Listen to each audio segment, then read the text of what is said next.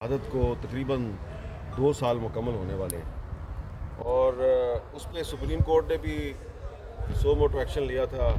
اس کے بعد 2023 میں انہوں نے جو آخری ہیئرنگ کی، اس کے بعد ہیئرنگ نہیں ہوئی، تو پھر جب کافی عرصہ گزر گیا تو پھر ہم نے اسلام آباد ہائی کورٹ میں پٹیشن دائر کی۔ ہم کسی کو بلیم تو کر نہیں رہے، نہ ہی کسی پہ الزام لگا رہے ہیں، ہم تو صرف یہ کہہ رہے ہیں جی کہ ارشد شریف کے قتل کی انکوائری کے لیے ایک جوڈیشل کمیشن بنایا جائے۔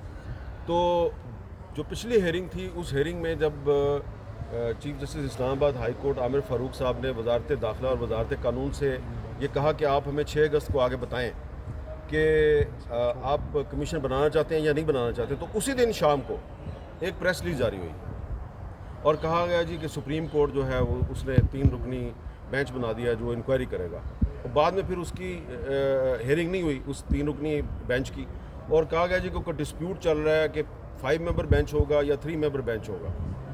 تو اب آج جو ہے جو ہیئرنگ ہوئی تو اس میں حکومت کی طرف سے جو نیا موقف اختیار کیا گیا وہ یہ ہے جی یہ ہماری پٹیشن جو ہے وہ مینٹینیبل ہی نہیں ہے، اس لیے کہ معاملہ جو ہے وہ سپریم کورٹ میں پینڈنگ ہے۔ تو اس پہ بیرسٹر شعیب رزاق صاحب نے اپنے آرگومنٹ دیے کہ وہاں پہ جو ہے وہ جوڈیشل کمیشن کا معاملہ پینڈنگ میں نہیں ہے، وہاں پہ انویسٹیگیشن ہے، اور ہم تو جوڈیشل کمیشن کی فارمیشن مانگ رہے ہیں۔ تو اس پہ جو سرکاری وکیل صاحب تھے انہوں نے جو آرگومنٹس دیے تو چیف جسٹس صاحب اس سے مطمئن نہیں تھے۔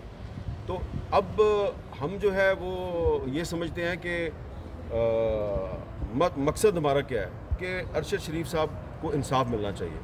تو اگر سپریم کورٹ جو ہے وہ جوڈیشل کمیشن بنا دیتی ہے تو ہمیں کوئی اعتراض نہیں، بنا دیں آپ۔ اگر وہ نہیں بناتے تو پھر اسلام آباد ہائی کورٹ میں آ کے حکومت بتائے کہ جوڈیشل کمیشن بنانا چاہتی ہے یا نہیں بنانا چاہتی۔ آج چیف جسٹس عامر فاروق صاحب نے بار بار جو ہے وہ یہی حکومت سے پوچھا ہے کہ آپ یہ بتائیں کہ آپ جوڈیشل کمیشن بنانا چاہتے ہیں یا نہیں بنانا چاہتے۔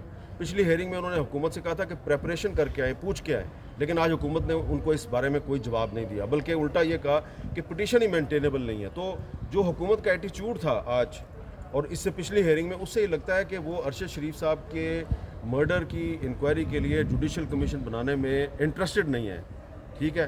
اور بار بار چیف جسٹس عامر فاروق صاحب کے پوچھنے کے ان کے پاس کوئی جواب نہیں تھا۔ تو میں تو صرف یہی کہوں گا کہ ہمارا مقصد صرف اور صرف یہ ہے کہ ارشد شریف کے لیے انصاف چاہتے ہیں۔ سپریم کورٹ جوڈیشل کمیشن بنا دے، وہ نہیں بناتی تو اسلام آباد ہائی کورٹ بنا دے۔ سر آپ سمجھتے ہیں جو 3 رکنی بینچ بنا وہ کیس خراب کرنے کے لیے بنا تھا ارشد شریف صاحب کا؟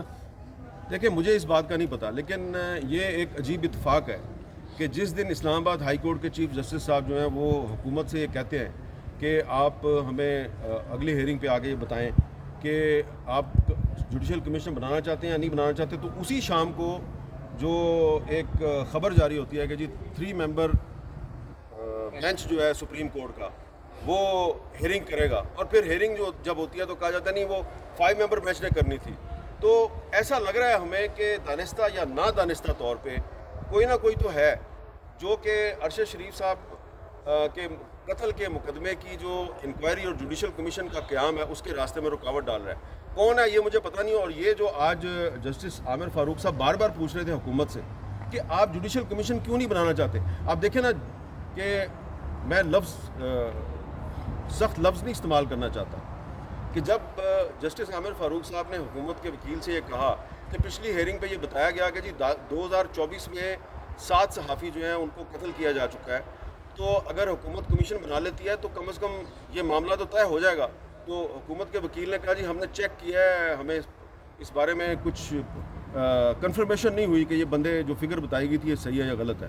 تو اس پہ آج چیف جسٹس صاحب نے مجھے یہ کہا کہ آپ نے اب ان کو تحریری طور پہ بتانا ہے کہ 2024 میں کتنے صحافی اب تک شہید کیے جا چکے ہیں۔ جب میں نے پچھلی ہیئرنگ پہ بتایا تھا اس وقت 7 تھے، لیکن اب 8 ہو چکے ہیں۔ تو اس سے آپ اندازہ لگائیں کہ جو حکومت ہے اس کے موقف میں آپ کو انصاف دینے کی نیت نظر نہیں آتی، اس میں رونت نظر آتی ہے۔ اچھا امیر صاحب، آج جج صاحب نے یہ بھی کہا کہ اٹارنی جنرل از شائنگ اوے، وہ بھی پیش نہیں ہو رہے، ان کو کیا قباحت ہے پیش ہونے میں؟ اور انہوں نے کہا کہ جے آئی ٹی کی جو 1 سال ہو گیا وہ رپورٹ بھی میں نے پڑھی، اس میں کچھ بھی سیٹسفیکشن ہمارے پاس نہیں ہے۔ تو اب آپ کیا کہنا چاہیں گے کہ اٹارنی جنرل بھی نہیں پیش ہو رہا؟ جی میں آپ کو ایک بات بتاتا ہوں، عامر بھائی نے بتا دی، اٹارنی جنرل صاحب کو بار بار یہ کورٹ کو کنونس کرنے سے قاصر ہیں کہ میٹر اگر سپریم کورٹ میں پینڈنگ ہے تو ہائی کورٹ نہیں لے سکتی۔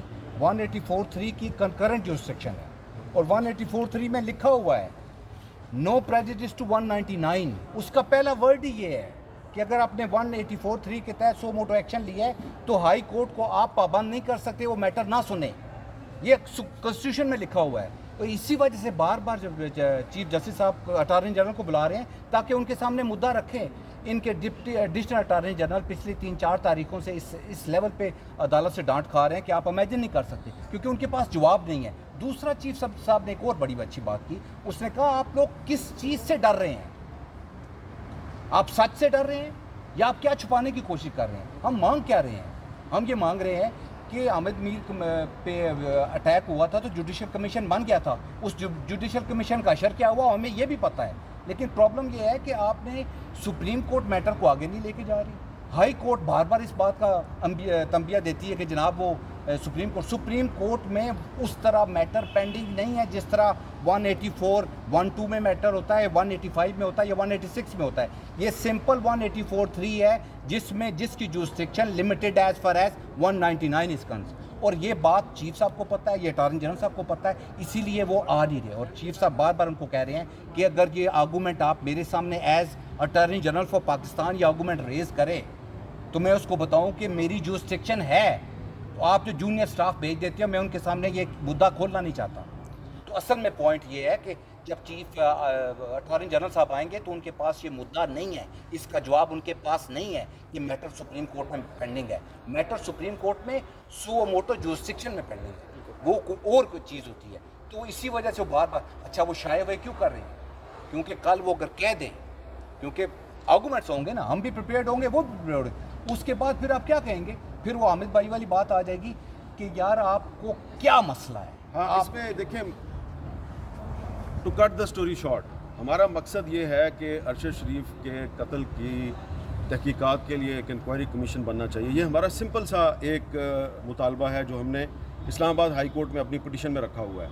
अब उस पटिशन पर हेयरिंग में जो हुकूमत के वकला का जो रवैया है उससे मैं जो है वो ज़्यादा से ज़्यादा यही कह सकता हूँ कि डिलेइंग टैक्टिक्स हैं। लेकिन आज chief justice Islamabad high court Aamir Farooq साहब ने कहा है कि आप वफाकी हुकूमत को डबो रहे हैं, ये अल्फाज इसलिए कि आप उनको डबो रहे हैं। तो वज़ीर-ए-आज़म शहबाज शरीफ साहब से गुजारिश है कि इस्लामाबाद हाई कोर्ट के चीफ जस्टिस के ख़्याल में जो आपके वकला हैं वो आपको इस हाई कोर्ट के सामने डबो रहे हैं। मेहरबानी करें, आप को क्या प्रॉब्लम है? आप वज़ीर-ए-आज़म हैं, आपके पास इख्तियार है, आप अरशद शरीफ के कत्ल की इंक्वायरी के लिए जुडिशल कमीशन के क़याम का ऐलान कर दें, मामला ख़त्म हो जाएगा। और फिर जुडिशल कमीशन ने फैसला करना है कि अरशद शरीफ के मर्डर के पीछे कौन है। तो जो लोग डिलेइंग टैक्टिक्स इस्तेमाल कर रहे हैं वो जुडिशल कमीशन के क़याम को रोकना चाहते हैं। तो जुडिशल कमीशन के क़याम से को वही रोक सकता है जिसके दाढ़ी में कुछ तिनका है। सर, हम ना सिर्फ इस केस में इन्वेस्टिगेशन जर्नलिस्ट माने जाते हैं पाकिस्तान में भी और बाहर की दुनिया में भी। 14 मुकदमात अरशद शरीफ के हुए और मुल्क छोड़कर जाना पड़ा। आप उनकी इंक्वायरी के ऊपर भी जो है वो डिलेइंग टैक्टिक्स आप कह रहे हैं इस्तेमाल हो रहे हैं। तो आप एक इन्वेस्टिगेशन जर्नलिज्म के होते हुए क्या समझते हैं कि जो अरशद शरीफ का मर्डर किन लोगों की वजह से हुआ?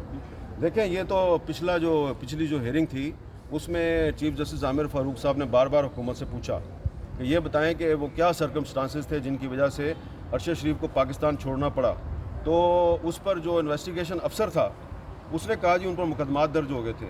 उन्होंने पूछा मुद्दई कौन थे, तो उन्होंने बताया जी एक मुकदमा जो है वो SHO ने ख़ुद दायर किया था और बाकी मुकदमात जो हैं उसमें हम आपको बताएंगे। तो ये जो सवाल आप मुझसे पूछ रहे हैं, ये सवाल आप आपरा चौक में या लाहौर के माल रोड पे या कराची के तारक रोड पे किसी बच्चे से पूछ लें कि अरशद शरीफ को जिन मुकदमात में मुलव्वस किया वो मुकदमात किसने बनाए थे, किसने करवाए थे? भाई मिलिट्री इस्टेब्लिशमेंट ने बनाए थे। आप बार बार क्यों सुनना चाहते हैं? मिलिट्री इस्टेब्लिशमेंट ने बनाए थे। और अब अगर आज अरशद शरीफ का जो जुडिशल कमीशन है उसके राह में रोड़े अटकाए जा रहे हैं तो आप किस पे शक करेंगे? उन्हीं पे शक करेंगे ना जिन्होंने मुकदमात बनाए थे। तो इसलिए अगर वो समझते हैं कि हामिद मीर जो है वो हमारा गलत नाम लेता है तो मुझे गलत साबित करें और जुडिशल कमीशन के क़याम के लिए यस कर दें आप। सर, हुकूमती रवैये की आपने बात की, ना सिर्फ इस केस में बल्कि ओवरऑल जो हुकूमती रवैया है, क्या आप देखते हैं कि हालात बांग्लादेश की तरफ जा रहे हैं? आपकी बहुत स्टडी है इस पर। भाई फ़िलहाल मेरा मसला ये है कि अरशद शरीफ का जो मर्डर है उसकी इंक्वायरी के लिए एक जुडिशल कमीशन बनना चाहिए। और हुकूमत से गुजारिश कर रहे हैं कि अगर आप ये समझते हैं कि अरशद शरीफ के कत्ल में आपका या आपके सरपरस्तों का या फैसिलिटेटर्स का कोई किरदार नहीं है, तो जुडिशल कमीशन बनाने का माइक सर दे दीजिए।